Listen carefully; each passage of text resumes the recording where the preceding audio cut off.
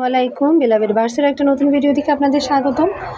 আমি অনেক ভিডিওতে দেখি যে অনেক বড় বড়দের ভিডিওতে আর কি অনেক মানুষ বলে যে তারা পাখি কিনে প্রতারণার শিকার হয়েছে, পাখি কিনে ঠকেছে, বাচ্চা পাখি চিনে না।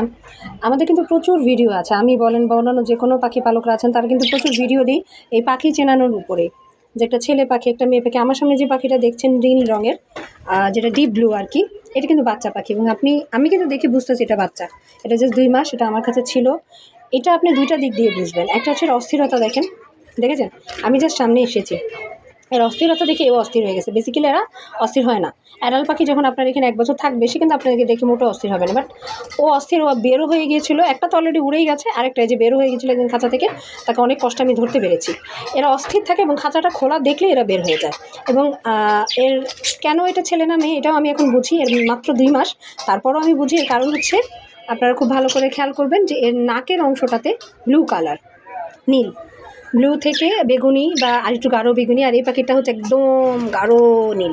এটা অ্যাডাল্ট পাখি, যেহেতু বাচ্চা দিবে, ওটা হচ্ছে গাঢ় নীল। আর ওর যে বাচ্চা পাখি সেটা ছেলে পাখি, এবং এর দেখবেন এখন বেগুনি এবং ওটা আস্তে আস্তে গাঢ় নীল হবে। এবং এই জিনিসগুলো আপনারা সবসময় খেয়াল রাখবেন, তাহলে পাখি কিনতে গিয়ে কখনোই ঠকবেন না। ভালো লাগলে লাইক কমেন্ট শেয়ার করবেন। আল্লাহ হাফেজ।